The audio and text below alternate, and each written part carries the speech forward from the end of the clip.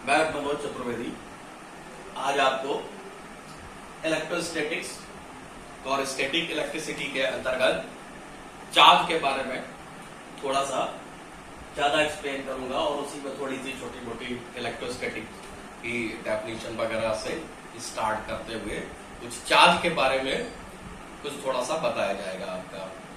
तो ये बच्चों आपका पहला यूनिट है क्लास 12 का इलेक्ट्रोस्टैटिक्स। इलेक्ट्रोस्टैटिक्स का दूसरा नाम स्टैटिक इलेक्ट्रिसिटी भी कहलाता है। इलेक्ट्रोस्टैटिक्स या फिर स्टैटिक इलेक्ट्रिसिटी, जैसा कि ये लिखा हुआ है इलेक्ट्रोस्टैटिक्स, बेसिकली ये दो नाम होते हैं, दो नामों का एक कॉम्बिनेशन है। जैसे आपने छोटे क्लासेस में हिंदी वगैरह में पढ़ा होगा, जिसमें हम नहीं कहते थे संधि विच्छेद कहते थे। तो इसमें आधा ऐसे यहां से इधर कर दिया जाए, इधर से ये वाला इलेक्ट्रो अलग कर दिया जाए और ये आपका स्टैटिक्स अलग कर दिया जाए। तो ये सब बेसिकली इंडिकेट कर रहा है चार्ज को, और स्टैटिक्स आप जानते हो मैकेनिक्स में पढ़ा था, रेस्ट को इंडिकेट करता है ना। तो कुल मिला के हम लोग कहने लगते हैं चार्ज एट रेस्ट। रेस्ट का मतलब जानते हैं? रेस्ट का मतलब क्या होता है? रुका है या फिर कोई ऑब्जेक्ट अपनी पोजीशन को टाइम के साथ ना बदले, ऐसा होता है। फिर वो फ्रेम ऑफ रेफरेंस वगैरह के रिलेटिव में देखना था, उसको थोड़ा बहुत आपको पता होगा। हालांकि बेसिकली यहाँ पर हम इलेक्ट्रोस्टैटिक्स में उन चीजों को पढ़ेंगे जो चार्ज एट रेस्ट से रिलेट करेंगे जाके। तो अगर इसकी डेफिनेशंस दी जाती है तो इलेक्ट्रोस्टैटिक्स की डेफिनेशन भी लोग बताते हैं, आपने देखी होगी कि the branch of physics that deals with the study of, है ना, with the study of the electric force, the study of the force. मतलब इलेक्ट्रोस्टैटिक के डेफिनेशन में क्या, the branch of physics that deals with force, potential, force potential fields, किसके कारण? Due to the charge at rest. The branch of physics is deals the forces, fields, potential due to the stationary charge at rest, is called the electrostatics. तो ये जो आपका थोड़ा सा introduction थोड़ा electrostatics का था जाके, और जब हम इनमें जाते हैं तो कुछ चीजें आपको जो इंट्रोडक्शन टाइप्स के होते हैं, हर जगह होते हैं, वो आपके उसमें ये होता है कि कुछ आपने 11th में पढ़ा था, यानी कि जो इनिशियल क्लासेस में पढ़ते हैं उनकी जानकारी होना बहुत जरूरी होता है। तो आपने जो छोटे क्लासेस में, यानी वो पीछे के क्लासेस में जो आपने देखा था, तो कुछ 11th क्लास का आपका जो है वो चीजें आपको ध्यान करनी पड़ेगी। तो सबसे पहले आपका चैप्टर होता था, उसमें आपके 4 फंडामेंटल फोर्सेस होते थे। उसमें आपका एक फंडामेंटल फोर्सेस होता था इलेक्ट्रोमैग्नेटिक फोर्स। इलेक्ट्रोमैग्नेटिक फोर्स, क्योंकि ये 4 आपके फंडामेंटल फोर्सेस थे। इलेक्ट्रोमैग्नेटिक फोर्स था, ग्रेविटेशनल फोर्स था, वीक न्यूक्लियर फोर्सेस था, स्ट्रॉन्ग न्यूक्लियर फोर्सेस था। और जब आप आगे चल के फ्रिक्शन पढ़े थे, कोहेसिव फोर्सेस पढ़े थे, एडहेसिव फोर्सेस पढ़े थे, सरफेस टेंशन पढ़े थे, तो सभी का बेस जो फोर्स दिया गया था वो कौन सा दिया गया था? कहा था इलेक्ट्रोमैग्नेटिक फोर्स बेसिक है। क्योंकि कोई भी आपका मैटर ऐसा नहीं होगा जो कि एटम्स, मॉलिक्यूल्स से मिलके ना बना हो। सभी चीजें, कोई भी आपका जो भी मैटर है वो एटम्स या मॉलिक्यूल से मिलके बना हुआ है। और अगर एटम मॉलिक्यूल से बना हुआ है तो उस पे क्या होता है? क्या वो बॉडी पे चार्ज होता नहीं है, या जो उनका टोटल चार्ज होता है वो न्यूट्रल हो जाता है? चार्ज होता है बट वो न्यूट्रल हो जाता है। जितना पॉजिटिव चार्ज उतना ही नेगेटिव चार्ज मिलके वो क्या हो जाता है? न्यूट्रल हो जाता है। तो जो आपका बेसिक मतलब ऑरिजिन था किसी भी फोर्स का, वो इलेक्ट्रोमैग्नेटिक फोर्सेस ही था। चाहे आपका फोर्स ऑफ फ्रिक्शन की बात की गई हो, कोहेसिव फोर्सेस की बात की गई है, एडहेसिव फोर्सेस की बात की गई हो, सरफेस टेंशन की बात की गई हो, तो उनका सबका बेस था इलेक्ट्रोमैग्नेटिक फोर्सेस था। तो उसमें अभी हम लोग मैग्नेटिक वाले टर्म में नहीं जा रहे हैं, केवल हम लोग इलेक्ट्रोस्टैटिक्स की बात कर रहे हैं, क्योंकि यहाँ पर हमारा चार्ज क्या है? रेस्ट है। एक और आप बात जान लें कि जब चार्ज रेस्ट में होता है तो उसके आसपास जो डेवलप होती है वो इलेक्ट्रिक फील्ड प्रोड्यूस करता है, लेकिन मूविंग चार्ज जो होता है वो आपका इलेक्ट्रिक फील्ड के साथ साथ एडिशनल मैग्नेटिक फील्ड को भी प्रोड्यूस कर देता है जाके। और चार्ज हमारा अभी तो स्टेशनरी के लिए पड़ रहा है, आगे आप मूविंग में भी पढ़ेंगे तो वहां पर मैग्नेटिक फील्ड भी प्रोड्यूस होगी जाके, इसीलिए कॉम्बिनेशन में उसका नाम इलेक्ट्रोमैग्नेटिक फोर्स करके आप लेके चलते थे आप यहाँ पे। ये आपकी तो यहाँ से स्टार्टिंग हो रही है, उस पर बेसिक थोड़ा सा आपको पीछे जाना पड़ा था, क्योंकि इसलिए ले जाना जरूरी था क्योंकि इलेक्ट्रोमैग्नेटिक फोर्स सभी चीजों का बेसिक है, यानी कि जो हमारे इलेक्ट्रिक फोर्स है वो हर जगह है। इलेक्ट्रिक फोर्स हर जगह कहता है, electric force pervasive in all material, हर जगह। जो भी आपका लाइफ से रिलेटेड, आपकी लाइफ से रिलेटेड चीजें हैं उनमें इलेक्ट्रिक फोर्स तो हर जगह अवेलेबल है ही, क्योंकि कोई भी ऐसी चीज नहीं है जो बिना एटम के या मॉलिक्यूल के बनी हो।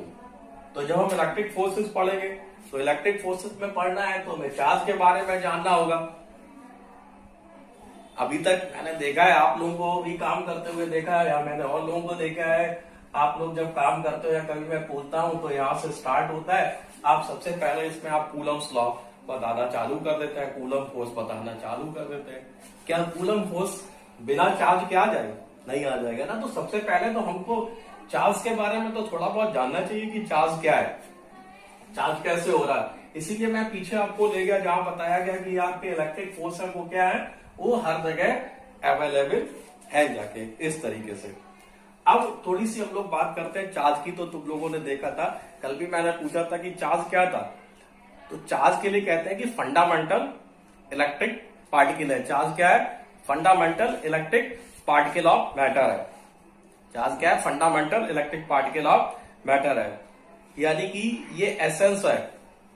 Charge is the essence of electrical and other related, जो इलेक्ट्रिक फेनोमेना से रिलेटेड फेनोमेना होंगे दूसरे भी, वो इलेक्ट्रिक और इलेक्ट्रिकल से रिलेटेड, और इलेक्ट्रिकल से रिलेटेड तो अभी हम लोगों ने बात कर लिया, सब कुछ है। तो चार्ज क्या हो गया? चार्ज उनके लिए एसेंशियल हो गया। बिना चार्ज के क्या इलेक्ट्रिक फोर्स पॉसिबल होगा? नहीं होगा। तो चार्ज क्या है? फंडामेंटल मटेरियल्स है ना।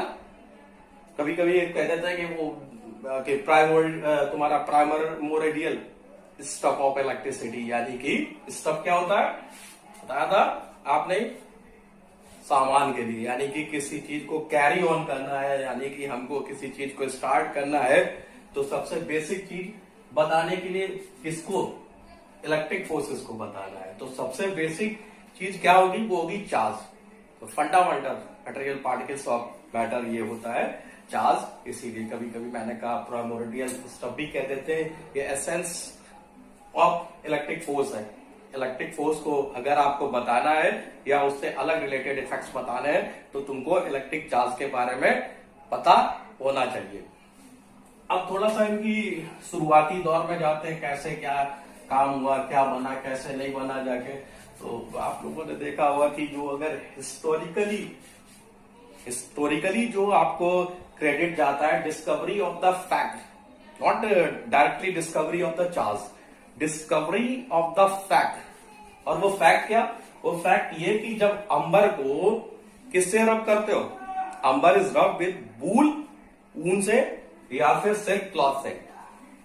जब अंबर को रब करते हो वूल या सिल्क क्लॉथ से, और उसके बाद वो जो ऑब्जेक्ट्स हैं कौन कौन से, अंबर या वूल या सिल्क, उनको जब हल्के ऑब्जेक्ट्स के पास ले जाते हैं तो उनमें क्या हो जाता है? उनमें अट्रैक्शन की पावर डेवलप हो जाती है। जब अंबर, ये फैक्ट की डिस्कवरी का क्रेडिट 600 बीसी में कहा जाता है कि 600 बीसी में जो credit of discovery of the fact when the amber rub with वूल और सिल्क, है ना। और उसके बाद उनको जब हल्के पार्टिकल्स में क्या होते हैं, जैसे आपने पढ़ा होगा स्ट्रा क्या होता है? अरे भूसे के दाने, भूसा नहीं है ना, ठीक है। भूसा भी दो तरीके का होता है, देखा है एक वो गाय भैंस खा रहे, कभी कभी हम लोग कह देते तुम्हारे दिमाग में भूसा भरा है, तो अब तो समझ गए होंगे ना, बाद वाली लाइन से ढंग से समझ में आ गया होगा, है ना। तो ये स्ट्रा हो गया, या फिर आपने सुना होगा वो कागज के टुकड़े हो गए। एक और चीज सुनी होगी, पिथ वॉल। पिथ वॉल क्या होता है? पिथ वॉल जो है वो पॉलिस्टीन का वॉल कहलाता है। जो हम लोगों ने देखा है वो थर्मोकोल बहुत हल्का होता है ना। तो उसमें भी क्वालिटी होती है, केमिस्ट्री में अपने पढ़ लेना, वो क्वालिटी होती है। एक तो तुम्हारा एक्सट्रूडेड पॉलिस्टीन था और एक आपका एक्सटेंडेड पॉलिस्टीन था। तो वो अपने केमिस्ट्री में देखते हैं ना। एक्सट्रूडेड में तुम्हारा पॉलिस्टीन में पिथ वॉल के लिए नाम दे दिया जाता है, और एक्सटेंडेड में ये जो आपने थर्मोकोल वगैरह घर में देखा है बहुत हल्का होता है। तो ये फैक्ट ऑब्जर्व किया था सबसे पहले थेल्स ने। थेल्स, और थेल्स कहां के रहने वाले थे? मिलेट्स के। और वो मिलेट्स कहां जगह है? ग्रीस में। कभी क्या कहते थे हम, मैंने कभी कभी बच्चों से पूछा तो उन्होंने कह दिया थैलस ऑफ मिलेट्स। पता चलो उनका पूरा नाम ही दे दिया, थैलस ऑफ मिलेट्स। वो तो थोड़ा बचा ली, नहीं तो कहते थे Thales of Miletus of Greece, पूरा नाम दे दिया, है ना। ठीक है, जो थेल्स हैं वो कहाँ के रहने वाले हैं? वो मिलेट्स के रहने वाले थे। वो मिलेट्स कहाँ पे जगह? ग्रीस। तो उनको इस डिस्कवरी का फैक्ट ज्यादा क्रेडिट जाता है कि जब अंबर को रब किया मूल या सेल के साथ, तो वो उसके बाद वो हल्के ऑब्जेक्ट्स को क्या करने लगे? वो हल्के ऑब्जेक्ट्स को अट्रैक्ट कर सकते हैं जाके। और हल्के ऑब्जेक्ट्स में मैंने आपको बताया वो भूसे के दाने हो गए, कागज के टुकड़े हो गए जाके, है ना। या फिर अभी आपने कहा कि वो पिथ वाल हो गया जाके, ऐसे करके बहुत सी आपकी कैटेगरी में तुम्हारा डिस्ट्रीब्यूशन आप वो हम लोग डिस्टिंक्शन कर सकते हैं जाके। ऐसे काफी आपके पास एक्टिविटीज है ना, जो चार्ज से रिलेटेड होंगी जाके, जिनसे हम लोग चार्ज के किसी रिजल्ट पे पहुंचेंगे। ये पहला नाम तो फैक्ट लिया गया जाके, ये पहला चीज लिया जाके, ठीक है। उसपे जब आपने देखा है, इनमें और आगे हम बढ़ते हैं तो कुछ आपके पास और भी ऐसे जो आप एक्टिविटीज होती हैं, उनमें एक बड़ी सिंपल सी एक्टिविटीज है आपके पास कि आपने क्या किया, एक कागज का थोड़ा सा ये इस तरीके से स्ट्रिप, है ना, कागज से काट लिया, कह देते हैं व्हाइट पेपर, व्हाइट ना भी हो तो भी कोई दिक्कत नहीं, ठीक है। ये व्हाइट पेपर स्ट्रिप ऐसे, इसके ऊपर आयरन कर दिया। आयरन का मतलब है ना, क्या कर दिया, वो प्रेस वगैरह जो करते हो कर दिया। उसके बाद इसको आप किसके पास ले गए? टीवी की स्क्रीन या वो कंप्यूटर का मॉनिटर हो, तो ये उस पर जाके क्या होगा, अट्रैक्ट होगा, और अट्रैक्ट होके चिपक जाएगा और थोड़ी देर तक वहां पर चिपका रहा होगा। यानी कि ये चिपकने की टेंडेंसी हुई है, इसको फिर हम आगे एक्सटेंड करेंगे कि कैसे ये, है ना, क्यों ऐसे चिपक गया जाके, है ना। क्योंकि ये भी तो देखना पड़ेगा, ये चिपकने का गुण कैसे आया। तुम नहीं चिपके टीवी के पास, ऐसा थोड़ी ना था कि तुम निकल गए, टीवी ने तुम्हें खींच लिया, छूट नहीं रह जाके। तो अभी हम लोग देखेंगे क्या हुआ क्यों हुआ। इसीलिए कुछ सारा ना होता है कि हल्के ऑब्जेक्ट्स जिनको वो आसानी से अपनी तरफ अट्रैक्ट कर सकता था, है ना, उनको ये इसने अट्रैक्ट कर लिया जाके। ऐसे ही करके कुछ एक्टिविटीज ये होती है। फिर आप किसी रिजल्ट पे पहुंचते हैं साइंस के, जो आपके जनरल फेनोमेना होते हैं, एकदम से थोड़ी ना किसी पे आप जंप मार के पहुंच जाते हो, ऐसे नहीं होता है, ठीक है। आप सीधे पे आप क्या करते हो, ये पता नहीं, बेसिक आप पता नहीं करते हो, और कूलम्स लॉ वगैरह पढ़ना चालू कर दे। तो ये भाई कौन सा तरीका है, ये ठीक तरीका नहीं होता है ना। जैसे कभी कभी क्या होता है, आपने देखा होगा, लॉन्ग जंप लगानी है या कुछ लगाना, पीछे दौड़ते हुए आते हो, वहां पे ही खड़े होकर कूद पड़ते हो, तो गड्ढे में चले जाओगे जो बीच में खोदा हुआ था, है ऐसा तो होता है। इसीलिए क्या होता है, पीछे से तो स्टार्ट करके आओ, देखे तो अब ये है क्या। फिर ऐसी कुछ और एक्टिविटीज आपके पास थी। एक तो ये हुआ बड़ा सिंपल सी, सब लोग कर सकते हो। एक और तुमने एक्टिविटीज पढ़ी होगी, है ना, पीछे से ये कैलकुलेशन आ गया था उसके, जो थेल्स का जो ऑब्जर्वेशन था, वो ऑब्जर्वेशन ये आ गया था कि ऐसे बहुत से पेयर्स हैं जिनको आपस में रब करो आप, ऐसे बहुत से पेयर्स हैं जिनको आपस में आप रब करते हो तो रब करने पे क्या होता है, उनमें अट्रैक्शन की टेंडेंसी डेवलप हो जाती है। केवल ऐसा नहीं कि अंबर को रब करा दिया वूल या सिल्क के साथ, ऐसे बहुत से पेयर्स हैं इनको हम जब आपस में रब कराते हैं तो उनमें अट्रैक्शन की टेंडेंसी डेवलप हो जाती है।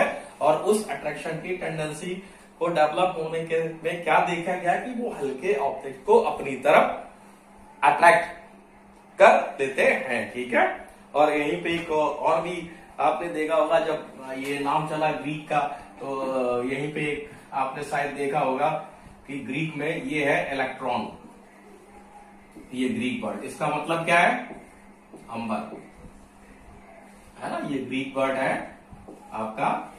ठीक है, इसका मतलब क्या होता है, अंबर, यहाँ पर। ठीक, फिर अब हम अगली एक्टिविटीज की आपकी बात कर रहे हैं। उस अगली एक्टिविटीज में आपने क्या किया था, उस अगली एक्टिविटीज में तुमने क्या किया था, देखा होगा तुमने क्या किया है, आपने 2 प्लास्टिक की रॉड ले ली और इनको क्या करना है, इनको एक एक करके आपने रब कराया किसके साथ, या तो वूल के साथ या फिर सिल्क का क्लॉथ के साथ, है ना, इसको भी और इसको भी, है ना, किसके साथ, ये आपकी ग्लास रॉड है, ये जो ग्लास रॉड है आपकी, इस ग्लास रॉड को आपने किसके साथ रब कराया, वूल के साथ या फिर सिल्क के क्लॉथ के साथ रब करा दिया।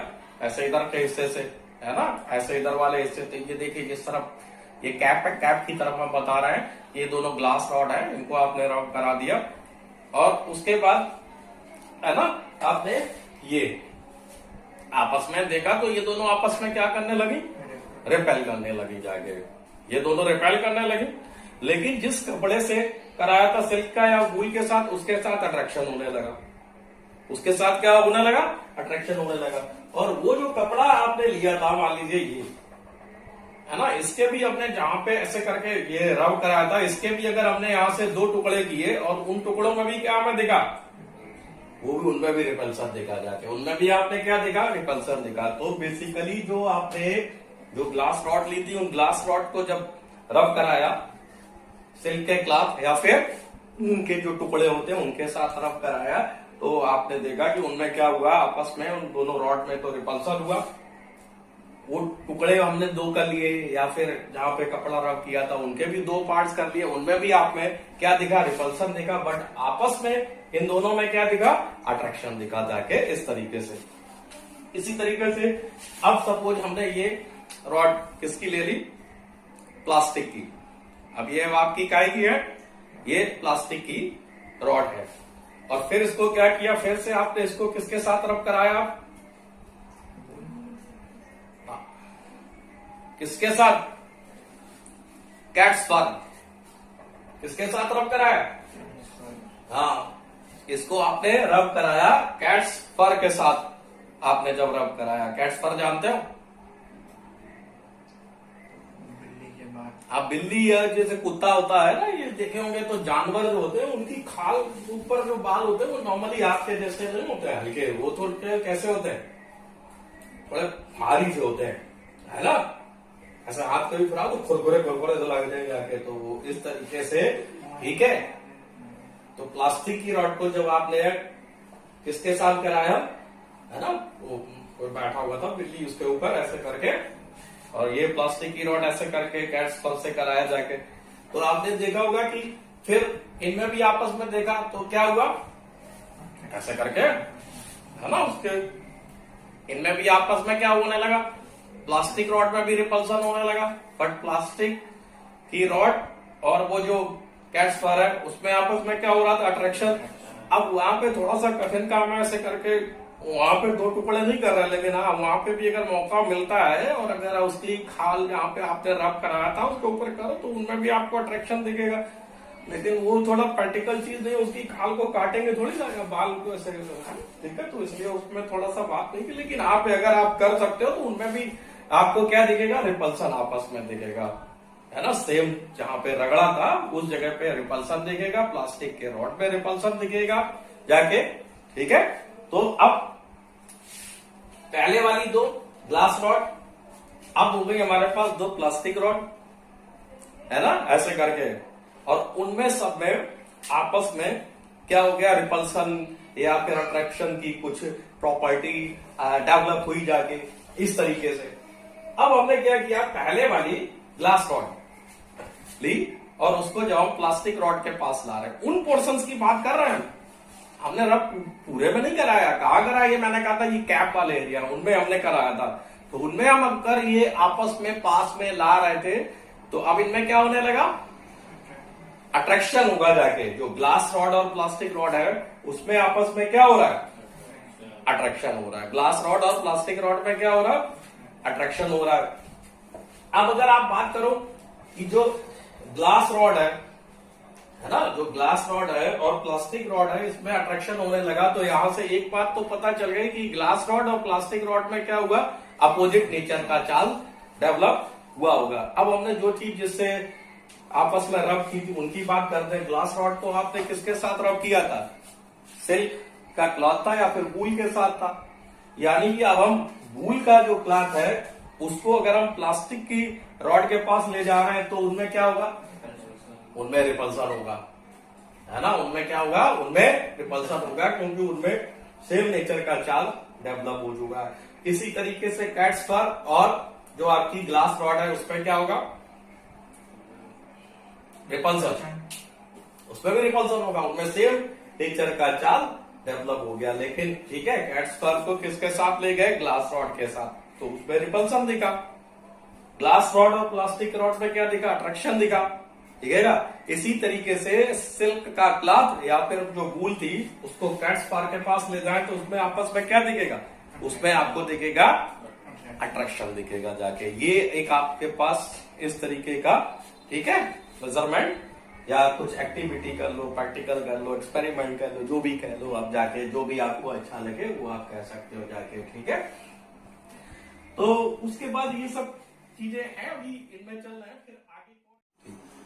अब जो आपने प्लास्टिक की जो रॉड ली थी, अब उस प्लास्टिक की रॉड को आपने क्या करना है, ये यहां पर आपने ये एक सिल्क का थ्रेड है उसके साथ एक ये दो आपने पिच बॉल ली, उनको प्लास्टिक के रॉड जो पिच बॉल आपने ली थी उनको प्लास्टिक के रॉड के साथ इनका नंबर डाल दें 1 और 2। अभी हम इसमें चार्जेस नहीं दिखा रहे, नेचर जो आप पहले पॉजिटिव नेगेटिव शुरुआत कर दो तो वो नहीं दिखा रहा है। ये पिच बॉल नंबर 1 2 इनको आपने प्लास्टिक के रॉड के साथ टच किया, 1 को किया, 2 को किया और इसके साथ हमने यहाँ पे इनको टांग दिया, तो ये आपस में क्या करने लगे, रिपेल कर लेंगे जाके। ये प्लास्टिक की रॉड को भी क्या करेंगे, रिपेल करेंगे। अब क्या करना है, हमने 2 और पिच बॉल ली और उनको हमने कांटेक्ट में किसके साथ टच कराया, किसके साथ कांटेक्ट में लाए, 3 और 4 को, उनको हम लाए टच में ग्लास रॉड के साथ। तो ये 3 और 4 भी आपस में क्या करने लगी, ये 3 और 4 भी आपस में रिपेल करने लगी और ये 3 और 4 ग्लास रॉड के साथ क्या कर रही है, ग्लास रॉड को भी क्या कर रही है, रिपेल कर रही है। लेकिन 3 और 4 जो है उनको अगर हम प्लास्टिक के रॉड जहां से रब कराया था वो पोर्शन भी हमें देखना है, तो उसके पास जब हम लाएंगे तो ये क्या होगी, उसके साथ अट्रैक्ट होने लगेंगे, है ना। ये 3 और 4 है जिनको आपने किसके साथ कांटेक्ट में कराया, ग्लास रॉड के साथ, और इनके पास ये प्लास्टिक रॉड का इधर वाला हिस्सा ले जाएंगे तो इनके साथ ये क्या करने लगेंगे, अट्रैक्ट होने लगेंगी। और 1 और 2 किसके साथ अट्रैक्ट होने लगेंगी, है 1 और 2 किसके साथ होने लगेंगे, प्लास्टिक के साथ तो कराई थी, 1 और 2 ग्लास रॉड के साथ क्या होंगी, अट्रैक्ट होंगी। और 3 और 4 जो होंगे वो किसके साथ होंगी, वो प्लास्टिक की रॉड के साथ, ठीक है। अगर कोई तुम्हारा कंफ्यूजन हो रहा हो तो दोबारा से सुन लो कि जो 1 और 2 है जिनको आपने क्या किया था, प्लास्टिक की रॉड से कांटेक्ट में लाए थे, और अगर हम इनके पास ग्लास रॉड लाएंगे तो ये ग्लास रॉड से क्या होगी, अट्रैक्ट होगी। और 3 और 4 जो है वो प्लास्टिक रॉड से क्या होंगी, है ना, अट्रैक्ट होगी। अब इन्हीं में से हमने क्या किया, उधर से पिच बॉल नंबर 1 ले लिया और इधर से पिच बॉल नंबर 3 ले लिया, ऐसे करके। अब ये आपस में क्या करने लगे, है ना, ये 1 नंबर और ये 3 नंबर, ये आपस में क्या करने लगी, अट्रैक्ट करने लगी, ठीक है। ये आपस में क्या करने लगी, अट्रैक्ट करने लगी। समझ गए? इसको 1 और 2 को किसके साथ आपने कांटेक्ट में रखा था? प्लास्टिक रॉड के साथ। और 3 और 4 को इसके साथ में कांटेक्ट में रखा था, किसके साथ? ग्लास रॉड के साथ रखा था। ठीक है। ऊपर जो भी आपने एक्टिविटीज की या जो भी आपने या उनसे सबसे क्या कंक्लूजन निकला, वो कंक्लूजन की तरफ हम लोग आ रहे हैं। हालांकि इन चीजों में हम लोग बड़ा जल्दी से आपने जो 20-25 मिनट का जो भी काम किया उसमें हम लोग कंक्लूजन ला देते हैं, लेकिन ऐसा नहीं होता है। जो साइंटिस्ट काम करते हैं उनके केयरफुल ऑब्जर्वेशंस करने पड़ते हैं, काफी टाइम, कभी कभी बरसों लग जाते हैं उनको जो फैक्ट होता है उनमें पहुंचने पे। और जो बाद में इन चीजों को एनालिसिस करने के बाद कंक्लूजन निकला, वो कंक्लूजन ये निकला कि इस तरीके से नेचर में केवल 2 ही टाइप की एंटिटी है, और इन एंटिटी को हम लोग क्या कहते हैं? चार्ज कहते हैं। नेचर में केवल 2 तरीके की आपकी एंटिटी है, और उनको आप क्या कह देते हैं? चार्ज कह देते हैं, या फिर इलेक्ट्रिक चार्ज कह देते हैं जाके, है ना। यानी कि कोई भी बॉडी जब इलेक्ट्रीफाइड हो जाती है तो वो कह जाती है चार्ज बॉडी, यानी कि लिमिट ऑफ इलेक्ट्रिफिकेशन है। इलेक्ट्रिफिकेशन का दूसरा नाम ही इलेक्ट्रिफिकेशन ही आपका क्या कहलाएगा? इलेक्ट्रिफिकेशन ही आपका कहलाने लगेगा चार्ज। अगर बॉडी इलेक्ट्रीफाइड है इसका मतलब बॉडी पे चार्ज है, यहां पे, है ना। जैसे ऊपर के एक्सपेरिमेंट किए थे, इसमें आपने सबसे पहले जो आपने किया था, क्या किया था? वो आयरन किया था कागज के टुकड़े ऊपर, है ना। तो वो क्या हो गया था? उसके ऊपर चार्ज डेवलप हो गया था, इलेक्ट्रीफाइड हो गया था वो। फिर आपने अगला एक्सपेरिमेंट जो ग्लास रॉड का करना शुरू किया है वूल या फिर सिल्क क्लॉथ के साथ, वो दोनों बॉडी में भी क्या हो गया था? चार्ज डेवलप हो गया था। दोनों बॉडी में भी वो चार्ज डेवलप हो गया था, इलेक्ट्रीफाइड हो गया था जाके। ठीक है। इसी तरीके से जब आपने इसको जो यहाँ पर नंबर 1 और 2 पिथ वॉल आपकी है, इनको जब आपने टच कराया था किसके साथ? ग्लास रॉड के साथ, तो इस पे क्या हो गया था? इस पे भी कांटेक्ट में रखने पे इस पे भी चार्ज डेवलप हो गया था आके। इसी तरीके से 3 और 4 को जब ग्लास रॉड के टच में या कांटेक्ट में लाए तो इन पे भी चार्ज डेवलप हो गया था, ये इलेक्ट्रीफाइड हो गई थी जाके। ये सब हम लोगों ने एनालिसिस निकाला था। और ऊपर के एक्सपेरिमेंट में क्या किया था कि जब आपने रब किया था किसको? ऊपर सिल्क का क्लॉथ के साथ क्या किया था? ग्लास रॉड को किया था, प्लास्टिक रॉड को कैट फर के साथ किया था, तो उनमें भी आप में क्या हुआ था? ये चार्ज डेवलप हो गए थे, इलेक्ट्रीफाइड हो रही थी। इस तरीके से बहुत से आप एक्सपेरिमेंट कर सकते हो। कोई भी 2 आप पेयर ले सकते हो, ऐसे पेयर जो क्या हो पाए, जो इलेक्ट्रीफाइड हो सके। उनमें इस तरीके का आपको सब में दिखाई पड़ेगा 2 टाइप की, जो ऐसी कोई भी 2 पेयर ले सकते हो जो रबिंग करने के बाद इलेक्ट्रीफाइड हो पाए। तो जरूरी नहीं कोई ऊपर 2 नाम लिए गए उन्हीं को हमको रखना है कि ग्लास रॉड को आपने सिल्क या वूल के साथ कर लिया। पढ़े होंगे एबोनॉइड की रॉड और वगैरह और चीजों के साथ भी एक्सपेरिमेंट पढ़े होंगे। कंक्लूजन जो आता है, कंक्लूजन आपके यहां से जो निकले वो यहाँ पर एक तो ये निकल के आया कि 2 टाइप्स की आपकी एंटिटी है, और उन एंटिटी को ही आपने क्या कहा है? चार्ज का, है ना। बॉडी इलेक्ट्रीफाइड हो जाना, चार्ज हो जाना। और पिथ वॉल वाला जो एक्सपेरिमेंट है उसने भी कुछ आपको सजेस्ट किया। क्या क्या सजेस्ट किया उसने?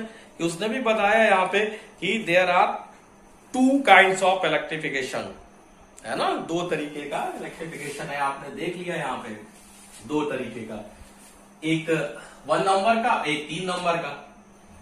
और कुछ और भी दिखा रहा, वो बता रहा सेम नेचर के चार्ज क्या कर रहे हैं? रिपेल कर रहे हैं। जबकि 1, 2 का चार्ज अलग है, 3 और 4 का नेचर चार्ज का अलग है। 1 और 3 का जो भी है वो क्या है ना। हाँ, अब देखो इनका भी अलग से मतलब 1, 2 का बिहेवियर 3, 4 के साथ क्या अलग है ना। 1, 2 का बिहेवियर अलग है, 1, 2 सेम नेचर के हैं, 3, 4 सेम नेचर के हैं, लेकिन आपस में कहें तो 1, 2 वाले का बिहेवियर 3 और 4 वाले से क्या अलग। तभी 1 और 3 क्या हुए, है ना, अट्रैक्ट करने लगे। यानी कि जो पिथ वॉल का एक्सपेरिमेंट है उसने ये भी सजेस्ट किया है कि जो आपका सेम नेचर के चार्ज है वो रिपेल होते हैं, और डिफरेंट नेचर के चार्ज जो होते हैं वो आपके अट्रैक्ट होते हैं जाके। ऊपर मैंने बताया कि इस एक्सपेरिमेंट को और भी दूसरी चीजों के साथ कर सकते हो, अब एक चीज और यहाँ पे निकल के आती है, वो ये निकल के आती है चीज तुम्हारी कि जैसे आपने यहाँ पर क्या किया था, जो आपने रब किया था इस पोर्शन को, है ना, सिल्क के क्लॉथ के साथ ऐसे हमने इसको रब कर दिया था, किसको, ग्लास रॉड को। अब थोड़ी देर फिर इनको यहीं पे अगर कॉन्टेक्ट में रखें तो क्या होगा, खत्म। या फिर जो आपकी प्लास्टिक की रॉड थी उसको कैट, है ना, फर के साथ कांटेक्ट में रखें तो जो चार्ज डेवलप हुए थे वो थोड़ी देर बाद अगर कांटेक्ट में रखें तो खत्म हो जाते हैं, यानी कि फिर से वो जो बॉडी थी वो क्या हो जाती है, न्यूट्रल स्टेट में पहुंच जाती है। यानी कि जो चार्ज डेवलप हुए थे वो चार्ज क्या से हो जाते हैं, फिर से अपने कैसे पहुंच जाते हैं, न्यूट्रल स्टेट में पहुंच जाते हैं जाके, ठीक है। और वहां पर फिर इन कंक्लूजन्स के बाद एक सिंपल सा फैक्ट का, एक सिंपल सी जो आपकी फिलॉसफी थी वो ये उसके बेस पे एक सिंपल सा फिलॉसफी थी, लिखा होता है कि the might have the number of the might have been the philosophy in naming the charges और पॉजिटिव एंड नेगेटिव, है ना। वो फिलॉसफी क्या थी, ये might have been philosophy naming the number, the naming of the charges positive and negative. Benjamin Franklin ने जो positive और नेगेटिव नाम दिए थे, वो फिलॉसफी ये थी कि जब हम सेम नंबर, जैसे सेम मैग्नीट्यूड का +5 हो और -5 हो, इनको ऐड कर दें तो क्या आ जाएगा, 0 हो जाएगा। तो यही तो आपका रबिंग पे हो रहा था, क्या हो रहा था, है ना, रबिंग पे क्या हो रहा था, एक चार्ज अलग नेचर का, एक चार्ज डिफरेंट नेचर का, यानी कि प्लस और नेगेटिव को जब आपने जोड़ दिया तो 0 आया। यानी कि बेंजामिन फ्रैंकलिन ने कहा कि हाँ ये बात सही है, एक को आप क्या नाम दे दो, पॉजिटिव चार्ज, और एक को आप दे दो नेगेटिव चार्ज। तो बेंजामिन फ्रैंकलिन की एक सिंपल सी फिलॉसफी रही थी ये नंबर्स वाली, उनके बेस पे भी उसने क्या किया, एक को पॉजिटिव और एक को नेगेटिव जो नेमिंग कर दी थी। भाई एक कन्वेंशनली अगर आप बात करें तो वहां पर उस समय जो आपकी ग्लास रॉड एंड जो आपका कैट्स फर, इस पे जो चार्ज डेवलप हुए वो कैसे रहे, पॉजिटिव, और प्लास्टिक रॉड, ठीक है, और दूसरा आपका प्लास्टिक रॉड के साथ क्या आपने लिया था, है प्लास्टिक रॉड और हाँ वूल और सिल्क क्लॉथ, इन पे जो चार्ज डेवलप हुआ वो आपका नेगेटिव। ये बेंजामिन फ्रैंकलिन ने किया जाके यहाँ पर इस तरीके से तुम्हारा पॉजिटिव और नेगेटिव चार्जेस के नाम दिया गया था। जाके आगे चल के यही जब डिस्कवरी इलेक्ट्रॉन्स की हो गई तो आपको मालूम है इलेक्ट्रॉन्स के ऊपर, जब इलेक्ट्रॉन्स की डिस्कवरी होगी तो आपको पता हो गया इलेक्ट्रॉन के ऊपर कैसा होता है, निगेटिव चार्ज होता है। यानी कि अगर कहीं पे एक्सिस में इलेक्ट्रॉन आ जाए या फिर इलेक्ट्रॉन कहीं से चला जाए, डिफिशिएंसी ऑफ इलेक्ट्रॉन हो जाए तो चार्ज डेवलप हो जाता है ना, डिफिशिएंसी या एक्सेस। अब किसी बॉडी पे इलेक्ट्रॉन आ जाएंगे तो क्या हो जाएगा, उस बॉडी के ऊपर नेगेटिव चार्ज, क्योंकि इलेक्ट्रॉन के ऊपर नेगेटिव हो जाता है, और कहीं से इलेक्ट्रॉन चले गए तो उस बॉडी के ऊपर पॉजिटिव चार्ज चला जाता है। तो इनमें जब हम बात कर रहे थे कि जैसे किसके ऊपर, जैसे ग्लास रॉड के ऊपर पॉजिटिव चार्ज आ गया तो इसका मतलब क्या हुआ होगा, ग्लास रॉड के ऊपर पॉजिटिव चार्ज आया और स्टिल क्या जो वूल था उसके ऊपर नेगेटिव चार्ज आया, तो ग्लास रॉड से इलेक्ट्रॉन गए और किसके ऊपर पहुंच गए जाके, सेल क्या वूल के ऊपर। और कैट्स फर और प्लास्टिक रॉड वाले में क्या हुआ, उसमें किससे, कैट्स फर से किस पे आ गए, प्लास्टिक की रॉड पे आ गए। ये सिंपल सी थ्योरी थी जाके, ठीक है। एक बात और आप ध्यान रखेंगे कि जो आपके सॉलिड्स होते हैं, सॉलिड्स में सारे इलेक्ट्रॉन्स टाइटली नहीं बंधे होते हैं, है ना, बहुत नहीं होते। कुछ इलेक्ट्रॉन्स जो होते हैं जो लूजली बाउंड होते हैं वो ट्रांसफर हो जाते हैं, बहुत कम फ्रैक्शन होता है। जो इलेक्ट्रॉन्स की टोटल क्वांटिटी होती है किसी सॉलिड्स पे, उसमें से बहुत कम नंबर ऑफ इलेक्ट्रॉन्स होते हैं वो रबिंग पे ट्रांसफर होते हैं, रब करने पे बहुत कम इलेक्ट्रॉन ट्रांसफर होते हैं, इसलिए बहुत ज्यादा चार्ज डेवलप नहीं होता है कि आपको बहुत ज्यादा चार्ज डेवलप हो जाएगा या कुछ हो जाएगा जाके, इसीलिए वो हल्के ऑब्जेक्ट्स को ही अट्रैक्ट कर पा रहा था जाके, ज्यादा चार्ज नहीं डेवलप हो पाता है क्योंकि थोड़े ही इलेक्ट्रॉन जो होते हैं वो चले जाते हैं। प्रोटॉन के बारे में हम नहीं बात करते हैं क्योंकि प्रोटॉन क्या होता है, टाइटली बाउंड है, न्यूक्लियस के अंदर है, वो तो वो वहां से नहीं जा सकते। इसलिए हम चार्ज की डिस्कवरी में जो भी कुछ रोल देते हैं वो किसको देते हैं, इलेक्ट्रॉन्स को देते हैं। कुछ और बातें भी आपको ध्यान रखने पड़ेगी। जो हमने ग्लास रॉड या प्लास्टिक रॉड की बात कर रहे थे, ये सब कैसी थी आपकी, कैसी थी ये नॉन कंडक्टिंग बॉडी थी। इसमें आप ये मेटल की कोई रॉड लेके काम मत करने लगना, क्योंकि मेटल की रॉड को लोगे और हाथ में पकड़ोगे तो जो चार्ज आएगा वो क्या होगा, वो सब कैरी ऑन तुम्हारी बॉडी में होके, है ना, सब खत्म हो जाएगा जाके। इसीलिए अब आप ग्लास रॉड और प्लास्टिक रॉड ले रहे थे, ठीक है। अभी तक पित्त बॉल पे हम लोगों ने चार्ज इंडिकेशन नहीं दिए थे, क्योंकि अभी पूरा जब तक कॉन्सेप्ट पॉजिटिव और नेगेटिव चार्जेस का आ ना जाए तब तक उसको इंडिकेशन करना सही नहीं था। अब आपने पूरा प्रोसेस देख लिया है, कैसे बेंजामिन फ्रैंकलिन ने पॉजिटिव नेगेटिव चार्ज का बारे में बताया, और फिर इलेक्ट्रॉनिक की थ्योरी के हिसाब से भी मैंने आपको बता दिया। अब हम आपको इस पे चार्ज कैसे कैसे आएंगे वो और बता देते हैं। ये जो आपका जो पिच बॉल नंबर 1 और 2 थे, इनको आपने प्लास्टिक की रॉड से टच कराया था, और अब आपको पता है कि प्लास्टिक रॉड से क्या हुए थे, इलेक्ट्रॉन गए थे या आए थे। प्लास्टिक रॉड से इलेक्ट्रॉन आए थे, प्लास्टिक रॉड पे इलेक्ट्रॉन आए थे, तो उसके ऊपर कैसा हुआ था, नेगेटिव चार्ज डेवलप हो गया था।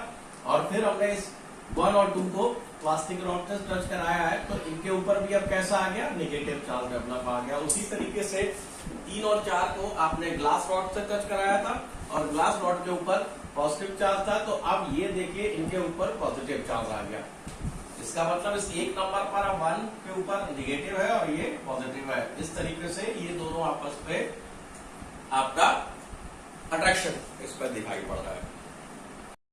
आज के लिए अब तुम्हारा जो चार्ज का कॉन्सेप्ट था वो इतना पर्याप्त है। बाकी चीजें अगले टॉपिक में, चार्ज का मेजरमेंट कैसे करते हैं, इलेक्ट्रोस्कोप वगैरह जो होती है उनसे, उनके बारे में आप अगले लेक्चर, अगले जो हमारी क्लास होगी उसमें पढ़ेंगे।